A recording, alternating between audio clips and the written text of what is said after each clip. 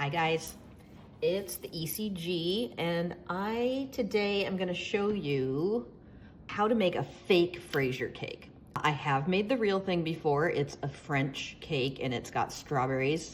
It's beautiful, but I had to make a dessert for this weekend and I am short on time. So I'm gonna use what I think is gonna end up being a better Frasier. Honestly, but it's definitely got way less work, and I thought this was kind of something that a lot of you guys would like to access, to do something that's super fancy looking but isn't hard to do. So no frosting required. It's a great spring and summer cake. So we're gonna start with my Evil Cake Genius Ultimate Chocolate Cake Mix. This cake, I'm gonna do an 8-inch round cake. It's only gonna take 1/8 of a bag. So this recipe, if you get the mousse mix, the filling, the cake mix from us, it'll be enough to make 8 of these cakes. So hey, 8 cakes. Anyway, so what I'm gonna do is I'm gonna start out with my ultimate chocolate cake mix. I have weighed out 10 ounces of mix. This is 10 ounces. I also have, I got my little cheat sheet. See, I cheat because I don't math that well. So we're gonna start out with 4 ounces of water. So half cup of water, and this is 3 tablespoons of just normal cooking oil, like canola oil. That was a great noise. And this is where it gets a little weird. It's half an egg, but half of a large egg, which happens to be, if you crack the egg, you whip it up, and then I weighed out what half of one is, and half of one ends up being 2 tablespoons. So this is just 2 tablespoons of beaten egg.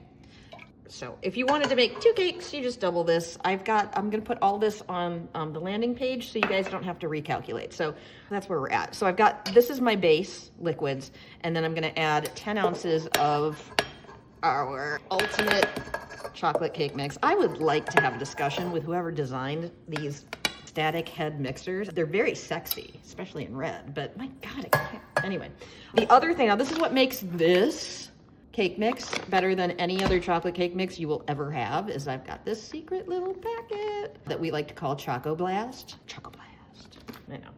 And so I'm adding, for this 1/8 of a batch, I am adding 3 tablespoons. And that's the stuff, man. That's what sets this apart from any other cake mix. You're gonna freak when you try this. Tons of people that have tried it have gotten back to me, and like that's all they'll use now is our mix. So I'm gonna turn the mixer on. I'm gonna go to 4, so medium, for 2 minutes. It's gonna get loud, so I'm gonna shut up for a minute. Now we're gonna turn it, we're gonna grab our spatula. I had 2 minutes to find my spatula, and I didn't. And I'm just gonna scrape down to make sure there's no clumps of batter or anything. Make sure it's all nice and liquid now. It doesn't take a lot of batter for this. A Frasier cake only has 2 thin layers of cake, and that's why I had to cut this down to 1/8 of a batch, because 1/4 of a batch makes a lovely 8-inch round. So I'm gonna turn this to low, and we're just gonna slowly add another 1/4 cup of water. If you've used our cake mix and you're watching this video, and if it's on social, comment below and let me know how you like it, because we put a lot of work into tweaking this bad boy. And my manufacturer just couldn't get that I wanted it. I just needed to be more chocolatey. So I ended up post-manufacturing adding a little packet of goodness. So it's pretty damn good. And if you haven't tried this is our ultimate chocolate, but if you haven't tried our universal cake mix, that's really cool too. Because what that is I've got one base mix that you can add different things to, and I've got recipes for all of them. You can turn the white cake mix into red velvet, almond cake, lemon cake, pink lemonade cake, all sorts of wonderful. Did I say almond? I don't even know. But there's great, oh, and even like a banana chocolate chip that has real bananas in it, and a pumpkin walnut. I've got all my recipes for that. It's really quite amazing stuff. So this is gonna go for another 2 minutes on low. We're back. 3, 2, 1, there we go.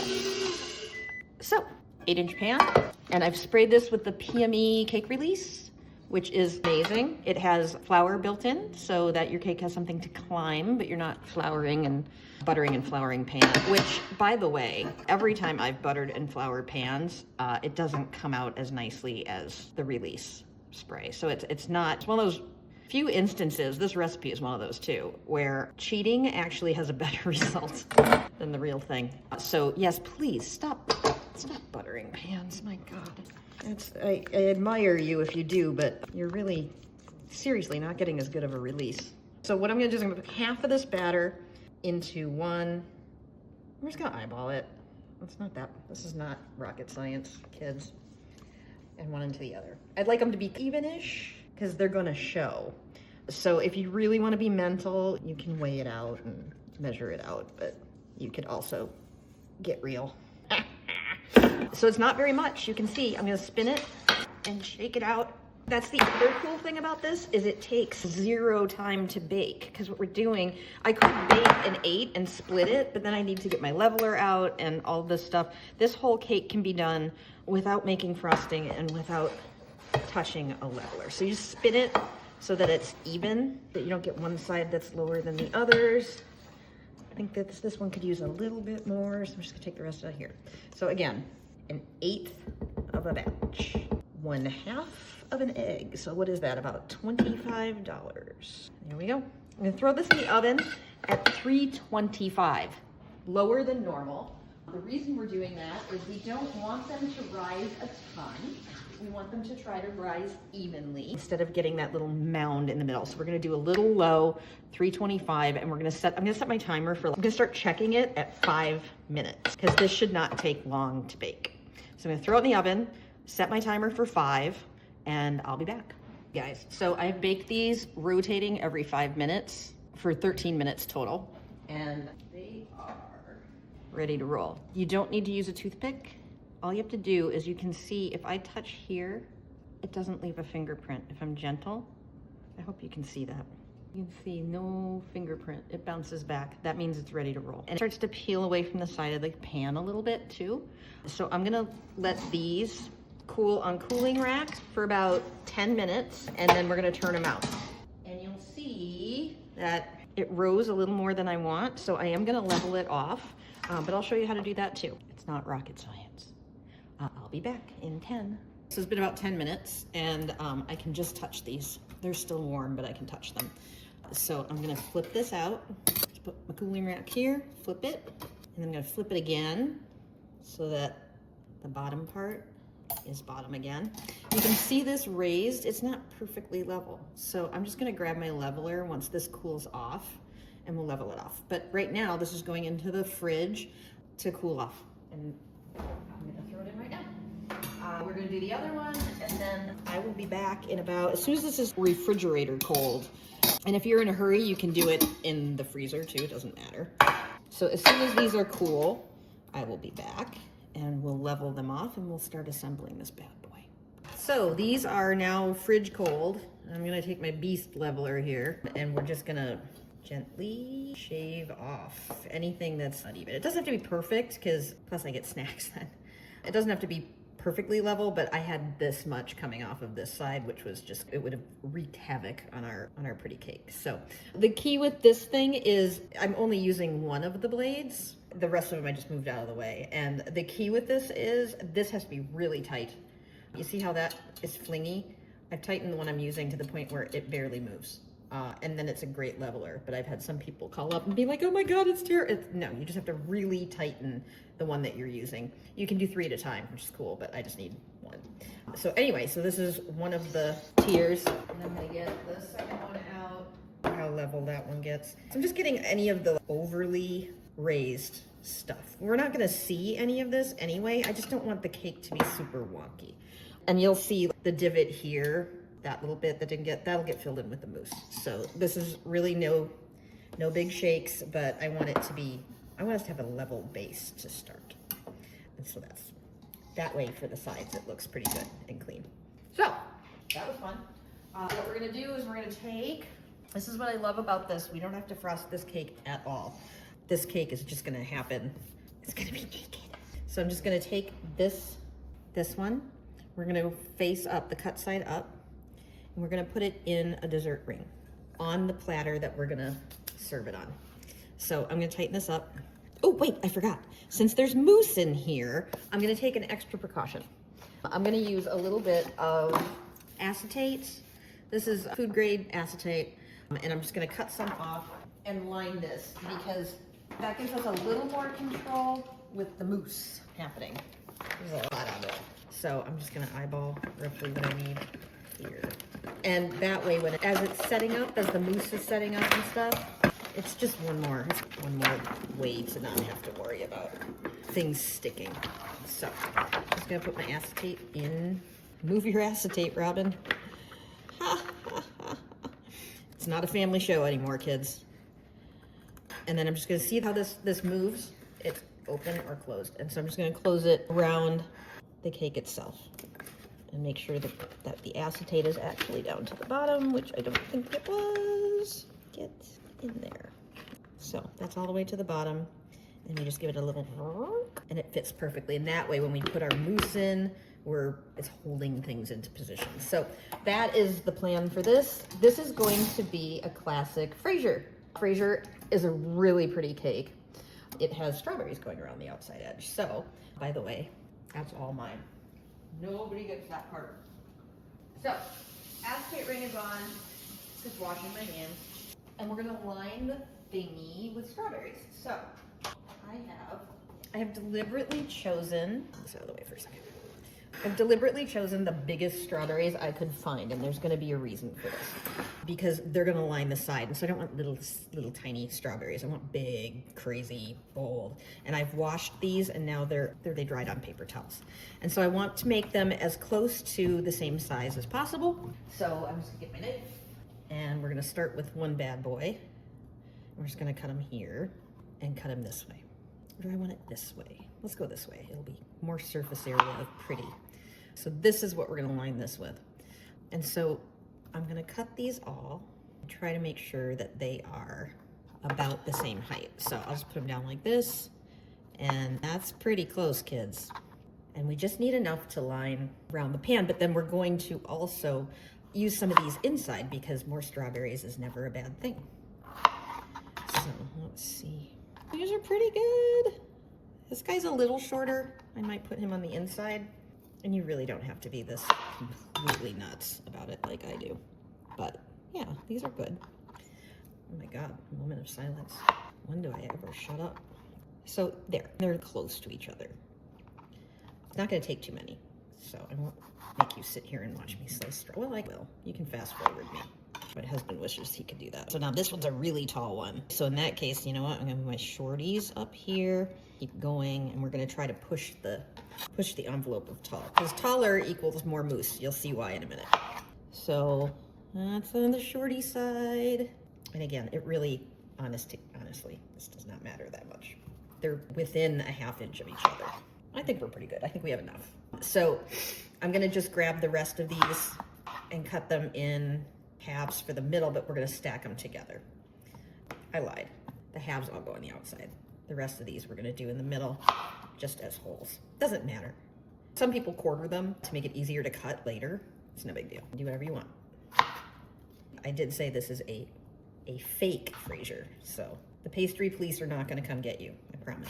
So we're gonna move these over. I've got my taller ones here. I think we're pretty good. I'm throwing chocolate cake all over everything. That's awesome. So this is our level cake, and I'm just gonna take the strawberries and I'm gonna put them facing up around.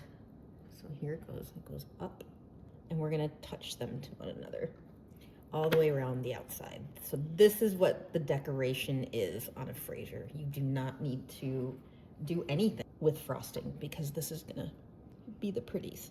So I wonder if I got enough. I hope I got enough. I might need to take some of my middle guys out and use them. So I'm just pushing them and making sure they're against the side nicely, because that's the pretty part. You get to see that pretty inside of the strawberry. So if strawberries are shorter, that's fine. You'll have a shorter cake. It's no big deal. Because this is gonna be a really tall one, actually, because I found monster berries, which is kind of amusing to me. Let's see, are we gonna be able to get these in here? So there's a little extra space. I'm gonna try this guy. He's pretty skinny, and I'm gonna take him out because he's kind of fat, and we're gonna see if we can. There we go. We just needed a little extra space, so it's kind of puzzly. And then we'll just get this guy in here too. Oh, look at that! So all our strawberry friends are lined up and standing at attention. So we're gonna set this aside for a minute. Make sure they're all in there nice and nested. And then I'm going to put these guys in the middle as well. But I think before I do that, I'm gonna pipe the edges so it's nice and clean, and then we'll add these guys to the middle. So now we make mousse. Again, this is a cheater version of a Frasier cake. So we're going to use my chocolate mousse, my white chocolate mousse mix that we sell on Evil Cake Genius. And this stuff is absolutely amazing. It's very simple to use and it's delicious. So I'm gonna grab some stuff. I'll be right back. We're back. So this is my white chocolate mousse mix that we sell on Evil Cake Genius. It comes in chocolate, white chocolate, and neutral. So if you wanted to, you could do the neutral and add a little bit of strawberry puree if you wanted that. Or sometimes I'll do a vanilla bean. I'll steep a vanilla bean and get it in there. But the white chocolate one is really good, especially with strawberries and chocolate cake. So I'm gonna take this sucker off. And I've got my handy dandy scale here, which I don't know if you're ever gonna be able to see the numbers on this. There. So I'm gonna tare this to 0. I want 4.2 ounces of mousse mix in here. Let's see what we got. Oh, 4.35. She overshoots. So let me grab something. Okay. And the reason why I'm specific about this is because I'm gonna keep using this. So this is only making, this is, if you did the whole thing, you would need to put in a half gallon of cream, which is a lot. So that way I save it and I keep it for later. So we only make as much as we need. I think I might have a little extra even at this. So what I'm doing is 4.2 ounces of white chocolate mousse mix, whisk. Let's see if I can get this to angle so you can see that it's the whisk attachment. Here we go. Get rid of this, and two cups of heavy whipping cream. This mousse mix will stabilize the whipping cream so it will not deflate on you. So this is a great thing to make a day in advance. You can do it 2 days in advance if you want. It's still fine in the fridge. You don't want to go too much more than 2, otherwise the strawberries start to weep and then it gets juicy and weird. So I need a little bit more. And we're just going to add 2 cups of cream to 4.2 ounces of white chocolate mousse mix. And we're going to mix it on low for about a minute just to get that to dissolve. So low. Stop this a little early. And you can see it's still a little bit, there's still some clumps of it on here. I'm gonna wipe it down a little bit. But what we're trying to do is hydrate it. So we should be pretty good here. You just don't want to start whipping it right away, otherwise there's going to be crystals and stuff. But honestly, this is about as foolproof as mousse can get. Again, the only thing you want to make sure you don't do is over whip it, because it'll turn into butter real quick on you, which I can't say would be a bad thing. So now I've wiped it down, no more clumps down there. And I'm gonna do this for, I'm gonna set my timer for 3 minutes and whip it on high. Well, no, medium. I'm gonna go like a 4 on a KitchenAid for 3 minutes and I'll be back. So here we go. See you in a minute. 3 minutes. 3 minutes. Guys, it's been going for a minute and I'm gonna keep running this in the background so you can watch the magic happen while I get my pastry bag ready. So it might only take about 2 minutes. So I'm just gonna snip the top of this. Make sure to get this off your counter. You don't want to feed that to someone. And I'm gonna do just about it's a number 807, but you can use any round tip that you have. Or you can just cut the tip off of the pastry bag too. I just like having that little extra there. So we're gonna fill the pastry bag with the mousse as soon as it's ready and pipe it in there. So you can tell it's starting to thicken up. Let me show you what it looks like now. So see, it's starting to get a little thick. Just gonna scrape it down. We're gonna hit it one more time. Again, medium. This is a 4 on a KitchenAid. And once it starts to go, it goes fast. Ooh, it's getting there. See what it's doing. Get those edges mixed in. Just one more little zip. So you see it's still a little, it's not peaking yet. So I think it is about 3 minutes. There we go. You see you're starting to see beater streaks in there. So right now, it's close. I'm just gonna make sure it's all together. So see, it's not standing up straight, but it's getting close. And I don't want it standing up straight. I want soft peaks. There we go. So you see it starts to separate a little bit in there. It's pretty good. See, I guess it's kind of almost stiff. So about 3 minutes. err on the stiffer side for this because it's holding up the entire body of the cake. So if you're gonna err on the thicker side. But honestly, it's really not a hard thing to do. So I'll show you what happens when I take this. See? So it's holding about like that. Throw this over here. And we're just gonna load up our pastry bag and we're gonna fill in between these strawberries with it. Probably have to fill this bag a couple of times. I think I only grabbed a 12 inch. I should have done a 16 inch. So see, that's, I can turn it upside down and it doesn't fall off until you're ready, see? So I can fit some more in here. And it's okay to be messy. Sign of a good cook, right? That's what I tell myself, so I don't feel so bad about my messiness. And then I'm just gonna fill in right here. I'm just gonna fill in around the strawberries. That's the whole gig. And I'm gonna do it just to the tops of the strawberries, because that's where the other cake is gonna come in. And the other cake will push it down. So I'm just doing a little schmutz. Oh, really? Did you see that? Oh, my pastry bag is leaking. Oh, that's no good. Hold on. There, I'm plugging it with my hand. So we're just, you see what we're doing there? We're just going here and down in there.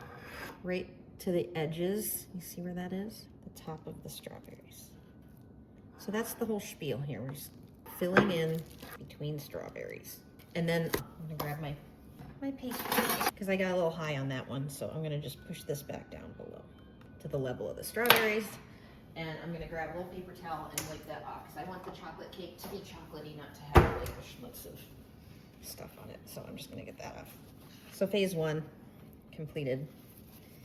And then we're gonna take some of this that spilled out and we're just gonna go and give it a little bit under here. See, zero technique involved, guys.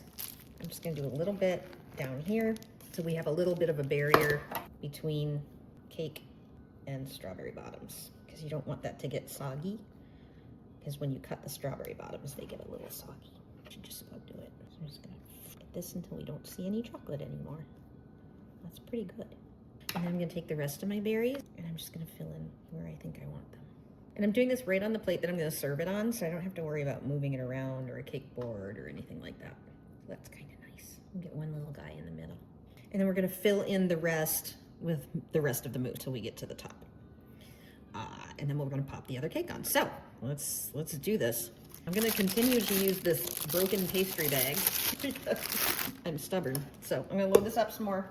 We're just gonna fill in here now. That's about pretty good. Push these down a little bit. So I'm gonna have to make a little more mousse for my topper. If I wouldn't have gotten ginormous crazy strawberries, it would have been enough.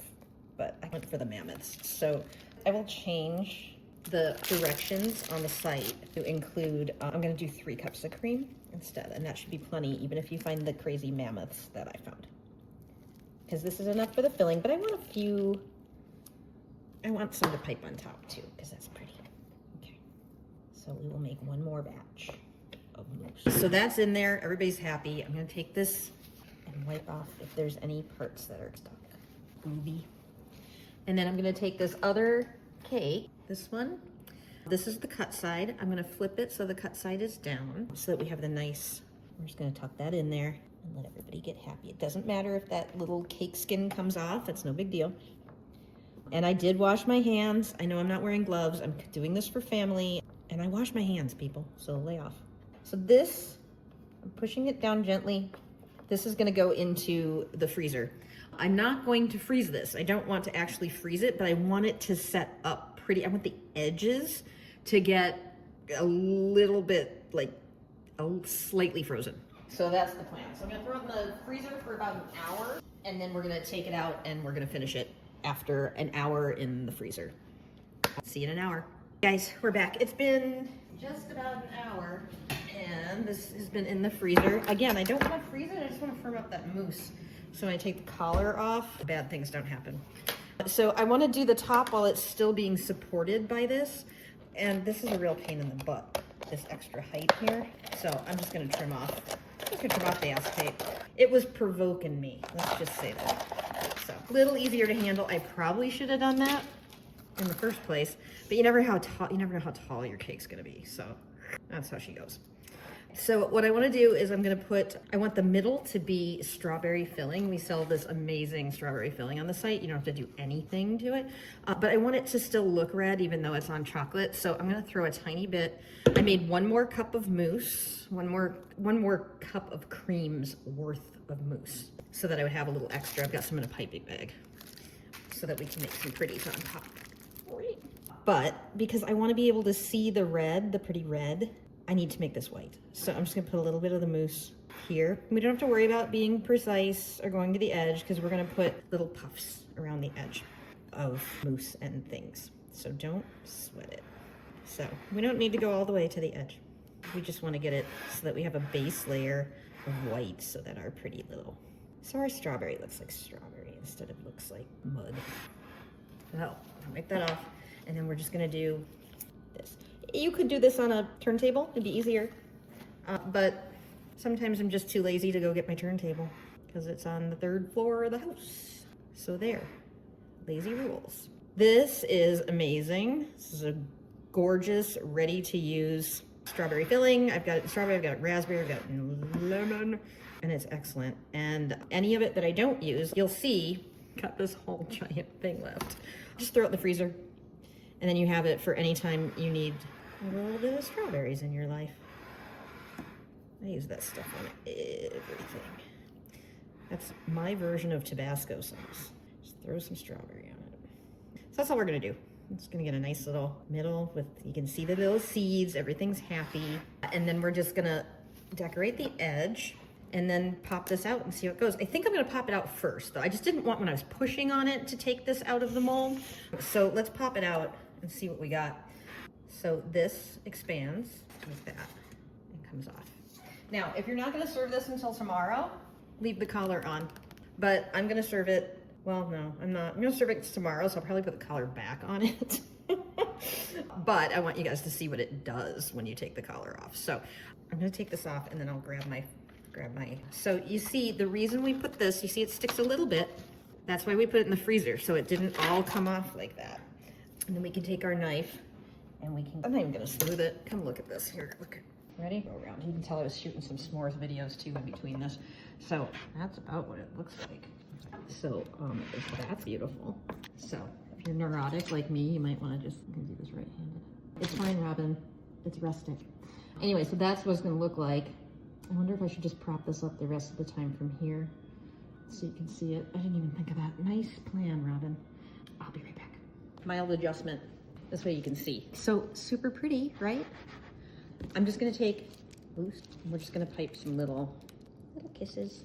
I don't like that one. So I'm gonna make it into a double kiss. I hate it, I'm taking it off.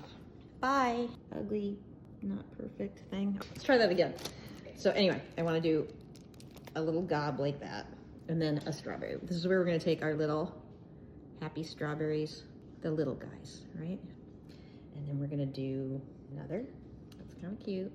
With this, you squeeze, stop squeezing, pull. That's how you get the point on there. I've taught a lot of people how to pipe in my day. That's it. Squeeze, stop squeezing, pull. It's all about rhythm, kids. Squeeze. So this is what we're gonna do with all of our pretty little, not ginormous strawberries. Kind of cute. And again, this is a very cheater way to do an otherwise very classic French pastry. And it took me, other than the freezing time, seriously, it takes about an hour to do it. And it's a showstopper. It really is. It's a beaut. You don't have to make frosting or anything. So anyway, where we're at with it, let me see. I'm gonna show you from the top. So there's Skip in the background. Any of you people have problems with dogs, you just talk to me. So it's kind of cute. I'll get a good picture of it. I don't know why I'm making wind noises, but I am. Okay. Here you go. Sometimes it pays to cheat.